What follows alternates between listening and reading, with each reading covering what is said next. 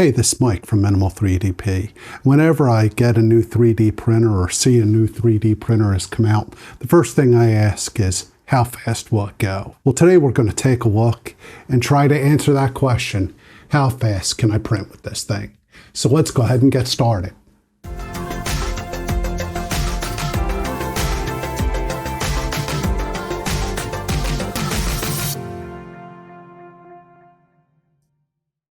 Recently, I finally got my Voron set up, and pretty much at the same time, my Creality K2 Plus has arrived. And with both these printers, it turns out that I can print things significantly faster than I could with my older hardware. Now, problem is, I want to figure out how fast can I really go. And I think that's something all of us want to know. I've pulled up a Benchy here in front of me, and if I hit slice, right now with my parameters being the way they are, which I feel like I sort of have them optimized, it still takes 43 minutes on the Voron. And this will give me a good looking Benchy with little or no defect. Now I can play around here and change some of the parameters and see if I can get that time down. Now looking at the screen, I'm going to see right here at the top that a lot of time's going into inner walls as well as outer walls. So I mean, one quick thing I could do is change the way the walls are set up. So there's a lot I can play with. I can mess with number of shells, types of infill. Now infill, if I look at this, really not that much. So I'm not going to be able to save much time. Everything should be in walls. Let's knock this down to 2 walls and 2 shells. And hit slice. And now I'm down to 40 minutes. I did save some time, but still with that outer wall, I have to have an inner wall, I have to have an outer wall. So I'm sort of stuck with those. And again, that's a max print speed and amount of time. And this is all based on the parameters I'm selecting within my slicer. Now these parameters have a lot of different effects. And let's just take a quick look at those before we move on. Now, if I look in this research article, I found that they have different breakdowns here of the mechanical strength of PLA.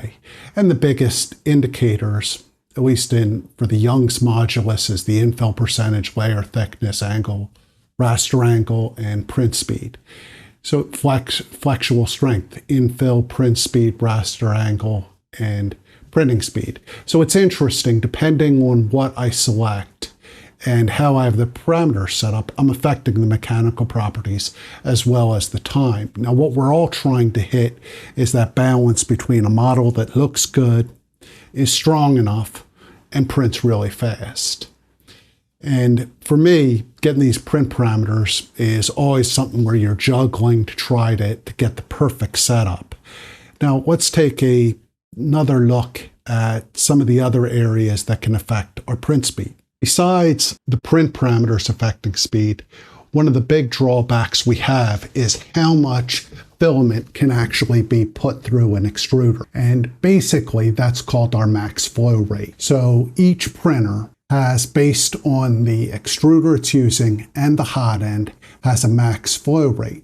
That max flow rate is how much filament can be pushed out at a given speed. And once we hit the limit, it means that your printer is going faster than it can put out filament and lay down a consistent line. So that's one, making your model look uglier, but also at the same time, really affecting the strength of the model. Again, you're looking at where you want a balance between that speed of the printer and then that max flow rate. So that way, you can figure out, okay, here is the max speed I can go where I'm still putting out a good line of filament, a good and consistent line. So let's take a look a little bit more about how we can figure out max flow rate. I'm going to talk about max flow rate in regards to Ellis's Print Tuning guide. Now you can also do max flow rate via Orca Slicer. I've done a video on that in the past. I'll link to that above. And we can also just make a good old-fashioned guesstimate. So just to reiterate the definition, based on Ellis's site, volumetric flow rate indicates how much plastic your extruder can put out over a second, and it's measured in cubic millimeters per second. Now, we have several things we can do here and play around with. And one of the easiest things we can do is set up our volumetric speed based on just approximate values. Most hot ends, if you just Google a hot end you're interested in, you could easily find the volumetric flow rate of that hot end and then basically just plug it into your slicer. And let's go ahead and just look at where that is in the slicer. So if we open up Orca Slicer, again, I have it open on screen, and I go under the filament settings and I scroll to the bottom on the first tab. Here is the max volumetric speed. When this is set, and it should always be set, this is actually limiting how fast your printer will go. Basically, it's making sure in the code that's telling your printer, don't exceed this speed. You exceed this speed, we can't lay down filament. Ideally, we want this max volumetric speed as high as possible. Now, right now, I have it set to 12, and I can tell you with my Voron, this is incorrect. I'll actually need to look up because I changed hot ends that I put in my build, and it actually should be a much bigger number here. So I'm gonna have to look that up, and maybe we'll just go ahead and fill that in today. Now, the easiest thing to do is to, again, just go over to the website, and Ellis has it in his guide, and we can look through this and just figure out what the max flow rate is. And you should be okay just using one of these values and maybe setting it to probably 80% or 90% of the written value. I'm going to need to look up the max flow rate of the extruder I put on there, or the hot end I put on my Voron. So let me look that up. From doing a little research, I'm using the Sailfish hot end, which is sort of, from the looks of it, a little obscure. Now I am, in a future video, going to upgrade my Voron to a bamboo hot end. It turns out that the flow rate, or the max volumetric flow on those, is extremely high, and they're also extremely cheap. Two things which for me go together well.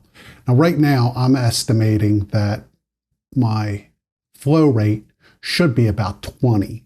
So I'll just go over to my slicer and change that. Now with that being said, Ellis actually has a test here we can use to try and determine the max volumetric flow. So let's go ahead and run through those tests and then see how that number compares to my estimate and just see how they fit together. And as I said, I did do a video on doing these same calculations with Orca Slicer, and that was linked above, and I'll also put it down in the video description. Let me switch over to my Voron and we'll take a look at running the tests. Okay, to start things off, what I've done is marked off with a piece of masking tape 100 millimeters on my ruler. And I'm simply taking the ruler, holding the filament up, and then I'm going to simply transfer the tape over to the filament. So that's at 100 millimeters. And then I went ahead and put together a spreadsheet for myself, which is part of my Clippers calibration spreadsheet. And I've added that to the bottom. I'll add that link to the bottom here of the video description. So let me switch over to the spreadsheet. Now Ellis lists several equations, and I've basically put those together for myself. So I have a little chart with values, and then I have what I need to fill out down here at the bottom. And what we're going to start with, 5 millimeters a second, according to Ellis, is around 12 millimeters cubed per second. Now, my hot end, I mentioned, was about 20. So what I'm going to do is let's put this at about 6 millimeters per second, and then slowly increase the values till I start to get drop off. Now this could take quite a while, but I'm going to start at 6. So what that means is for my command up here, and let me do a split screen. Yeah, I've created a split screen. As you can see, I've heated up my printer via mainsail. And now I'm just going to enter my code. So I'm going to do M83, and that's set the relative extrusion mode. And then I want to type in this command. And I need to replace the F value with my starting F value. And I want to start at 6. So that should be 360. I'm going to send the code, and that should extrude 100 millimeters of filament on my Voron. Now, as you can see, it's extruded down to the 100 millimeters, filaments down below, and it successfully extruded all the way to 100. So I can go ahead and go over here, back to my spreadsheet, and let's bump to 7 millimeters a second. So we're going to do the same process again. We're going to take our tape off. I mark the tape on the ruler so I can just slip it over real easily. My hands need to not shake, which is always a problem. I'm going to mark the filament again at 100 millimeters and then go back over to mainsail. And if I look at 7, that is 420. So I'm still in relative mode. Let me paste in my command, and I'm going to change that F300 to F420. Send it to the printer, and let's see if it extrudes 100 millimeters. So we can see it's currently extruding.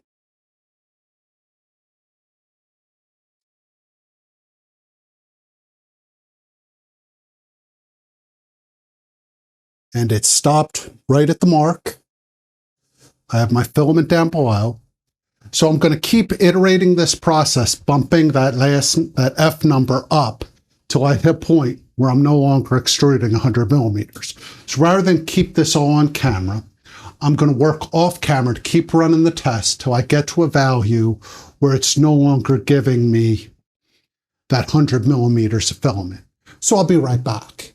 I've come back because I think I've actually found my limit, and it turns out my limit's basically 9. So let me send this command to the printer and we can look at it, and I want to show you what happens just so you could see it.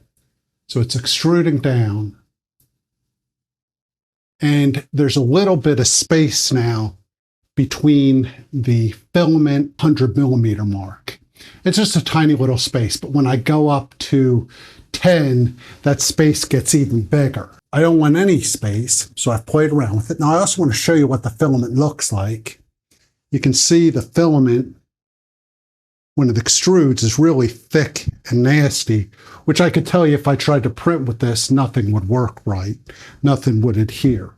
Now what I've done is played around with the numbers a little bit, and it turns out I can get it to about 8.5, and that's really my drop-off. Now, since I've now found my value, Ellis recommends we run the test over a little bit longer period of length. Right now, we've been doing 100 millimeters. We want to try extruding between maybe 200 to 300 millimeters.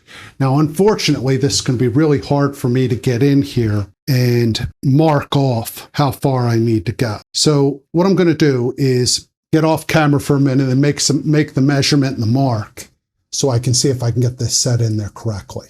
I've measured down and measured out to about 250 millimeters. Now we'll need to make one quick change in our printer.config. So let's take a look at that. So in the printer.config, I need to go down to the extruder section and make sure I have this max extrude only distance set to whatever above my test. So I'm doing 250, so let's just change this to 251. Now I want to change this back to like a sane value of maybe 100 or 101 after I'm finished this test. Now this is going to turn off my printer and reboot it. So first thing I need to do is, as soon as this turns back on, bump the temp back up to 220. Because I've restarted, I also need to re-enter the M83 command. So I'm going to wait for it to heat up and then hit the M83 command. Now with the M83 command entered, I can then enter the extrude command. So right now, I want to change this to 250. So I put E at 250, so that's 250 millimeters.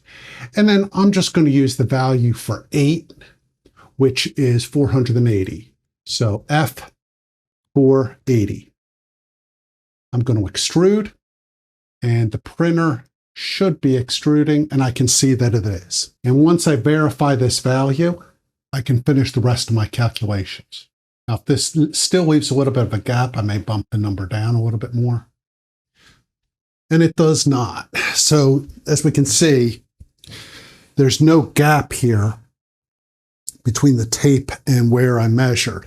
So that's good. So I'm going to leave it at this 8 value. And I actually believe I could probably go up to 8.5, somewhere in there. So why don't I try 8.5? And let me show you how I'm setting this up. So let's go over to my spreadsheet. Put the drop off in here. You fill in the filament value, which there's 2 values. 1.75 diameter filament is 2.4. 2.85 diameter filament is 6.37. So I put in 2.4. I get a volumetric flow of 20.4. Down here, I've decided to use a more conservative value, taking 10% off. I use typically a 0.2 layer height and a 0.5 layer width, which means that my max print speed for this printer is probably somewhere around the neighborhood of 180. So now with my flow rate, my volumetric flow of 18.36, I'm going to go over to Orca Slicer. So I'll go into Orca Slicer. In Orca Slicer, I want this at per filament setting. So I'm going to go to filament, scroll all the way to the bottom, and I'm just going to change this to 18.36. So that is my max volumetric speed.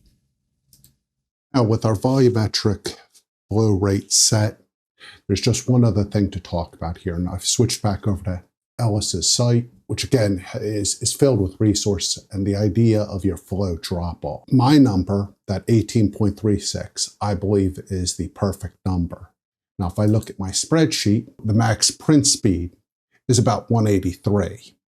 Now, why is that important? Well, I really don't want to exceed that speed, particularly for visible features, because I know this is a good speed where I'll get a good flow rate. Everything should come out steady and look good. So here, if we look at Orca Slicer, the outer wall, I have that speed slower than 183. I probably could bump this up, and I'll be honest, I probably will. I'll bump this up to maybe 160. I have the inner wall at 200, which means there's potential for some skipping there. But that is not part of the model that can be seen. So I don't care that much about the inner wall. So at least for me, I'm going to leave that at 200 because I think that's flirting around where my value really is, because I did take off 10% from my flow rate. So again, just use these to play around with. Now, originally when my outer wall speed was 120, it took 40 minutes to do this benchy. If I slice it now at 160, I'm still up in that, still with the same time. Part of my problem is it's never getting up to full speed because this is a small model. And if we look up here at the times, they're not really changed any. And most of my time is in both of those walls. So just by playing with those speeds, so let's take this up to 183, and I'm just going to slice it again. And I'm willing to bet, see, the time's not changed any. What's going on is just based on the size of the model, the extruder and the printer is never getting up to full speed. So it's just something to keep in mind. But what I do is look at these values that I've calculated and just use those as guidelines. So I'm using this 18.36 as my volumetric flow rate. And then particularly for features that can be seen on my model, I want to just be very careful about what I'm doing with this value, particularly that max print speed and how far I'm going. Now, really the max print speed is better for bigger models because your printer could probably get up to that speed. But again, that's something where you're going to need to experiment and play around with. You'll also notice, I want to point out one last thing with this max print speed, is that all of these together, if we go back over to our research, are all key for time. Here's one last research paper to take a look at. And you'll look that in this picture here, you'll notice, at least in this experiment, that the higher the p-value, the more effect the parameter has on printing time. And in this experiment, again, that layer height really makes a difference. So again, something to keep in mind. All of these various print parameters work together. There's no magic solution for getting your speed up, but part of it is figuring out how fast can your extruder extrude before it starts skipping. So anyway, hopefully you found this helpful. If you have any questions or comments, please post below. I look forward to talking to you again soon.